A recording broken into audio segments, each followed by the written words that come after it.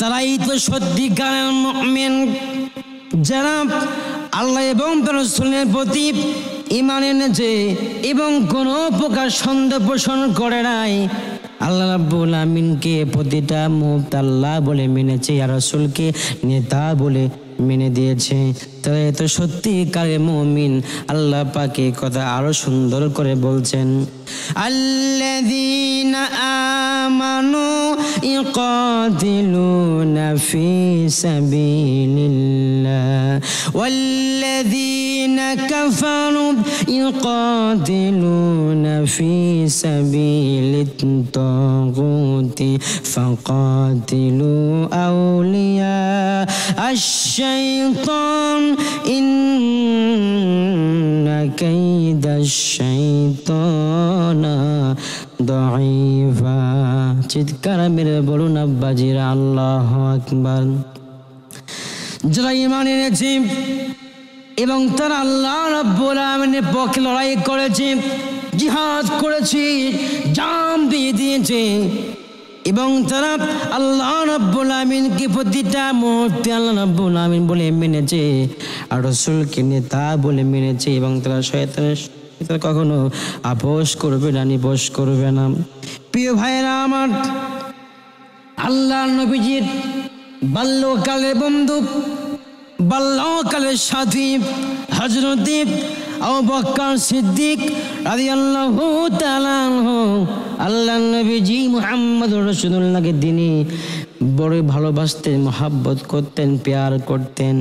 আল্লাহ নবীজি মুহাম্মদুর রাসূলুল্লাহ যখন কালিমা দাওয়াত দিয়ে মক্কা নগরীতে চলা আরম্ভ করলেন, চলা শুরু করলেন, এমন অবস্থা আল্লাহ নবীজিকে মক্কা নগরী কেউ রাসূল বলে মানে না, নেতা বলে মানে না। আল্লাহ নবীজি মুহাম্মদুর রাসূলুল্লাহ সাল্লাল্লাহু আলাইহি ওয়াসাল্লাম উনি ভারাক্রান্ত মন যখন বাড়ির মধ্যে প্রবেশ করে, ঠিক ওই মুহূর্তে আল্লাহ রাব্বুল আমিন ডেকে বললাম, ও আমার ফেরেশতা যাও আমার রাসূলকে বলে দাও আমি আল্লাহ রাব্বুল আমিন আজকে আমার নবীজিকে নবুয়ত দিয়ে দিলাম।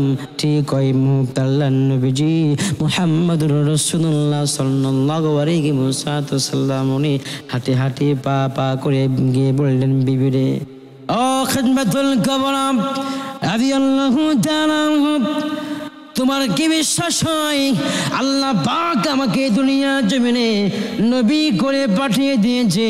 আপনাদের খাদিজা ডেকে বললেন, পারে স্বামী আমার রাসূলুল্লাহ সাল্লাল্লাহু আলাইহি ওয়াসাল্লাম, ওগো নবীজি আপনি কি জানেন না আমি আপনাকে কেন এত ভালোবাসি, মহব্বত করি? এই দুনিয়ার জমিনের কোন মানুষের মাথার উপরে আসমান থাকে না, মেঘমালা থাকে না। রাসূলুল্লাহ আমি যেদিন থেকে দেখেছি আপনার মাথার উপরে আকাশে মেঘ থাকে, আপনাকে ছায়া দেয়, বলেন না আল্লাহু আকবার। ও নবীজি মুহাম্মদুর রাসূলুল্লাহ সাল্লাল্লাহু আলাইহি ওয়াসাল্লাম আমি সেদিন থেকে বুঝতে পেরেছি আপনি কোনো সাধারণ মানুষ না, আল্লাহ পাক আপনাকে নবী করে পাঠিয়ে দিয়েছে। রাসূলুল্লাহ আমি আজকে আপনাকে সাক্ষী দিয়ে দিলাম, আশহাদু আল্লাহ ইলাহা ইল্লাল্লাহু ওয়াহদাহু লা শারীকা লাহু ওয়া আশহাদু আন্না মুহাম্মাদান আবদুহু ওয়া রাসূলুহু। ওগো নবীজি আমি আপনাকে রাসূল মেনে নিলাম, আমি আপনাকে আল্লাহর পক্ষ থেকে নেতা মেনে নিলাম। এই কথা বলার পরে নবীজি মুহাম্মদ তিনি বড় খুশি হয়ে গেলেন, মনটা বড় খুশি হয়ে হাঁটে হাঁটে পা পা করে তিনি আবু বকর সিদ্দিকের সামনে গেলেন আর বললেন, বন্ধু তোমার কি বিশ্বাস আল্লাহ পাক আমাকে নবী করে পাঠিয়ে দিয়েছে?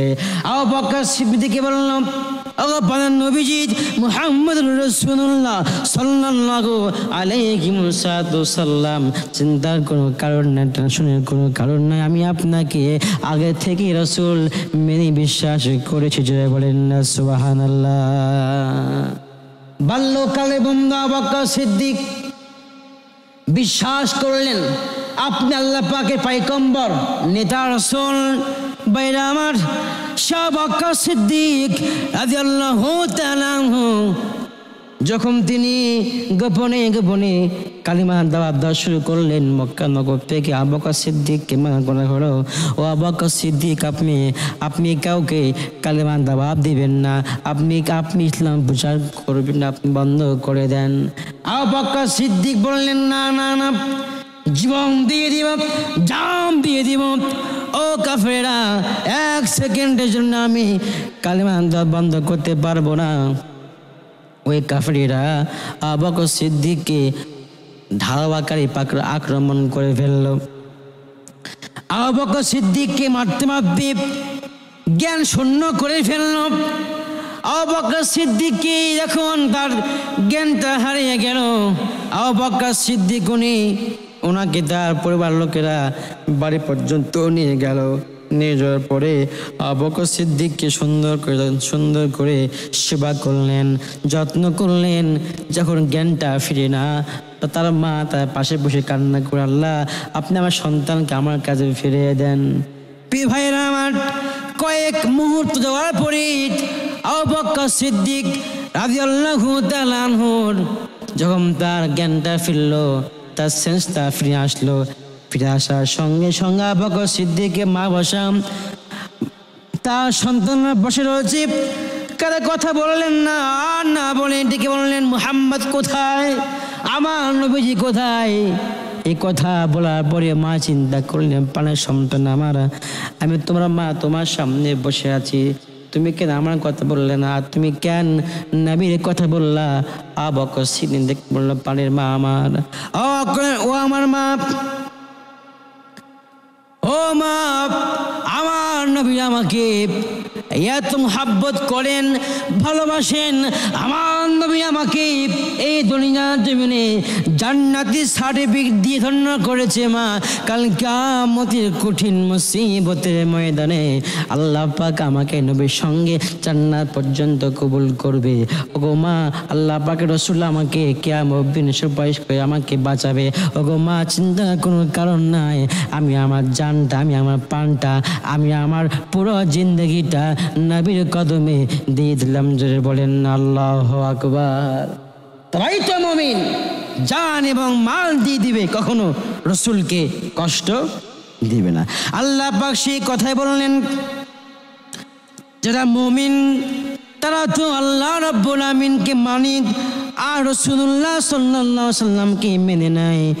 ভাইরা আমার, এবং তা কখনো এখান থেকে ফিরে আসবে না। ইয়া আইয়ুহাল্লাযীনা আমানু লিমা তাকুলুনা মা লা তাফআলুন।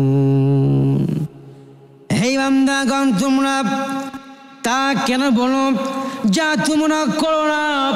আবু বকর সিদ্দিক আল্লাহ নবীর জন্য জান দিয়ে দিবেন, তারপরেও আবু বকর সিদ্দিকের জবান দিয়ে নবীজি কোনো বিপরীত কথা বের হবে না।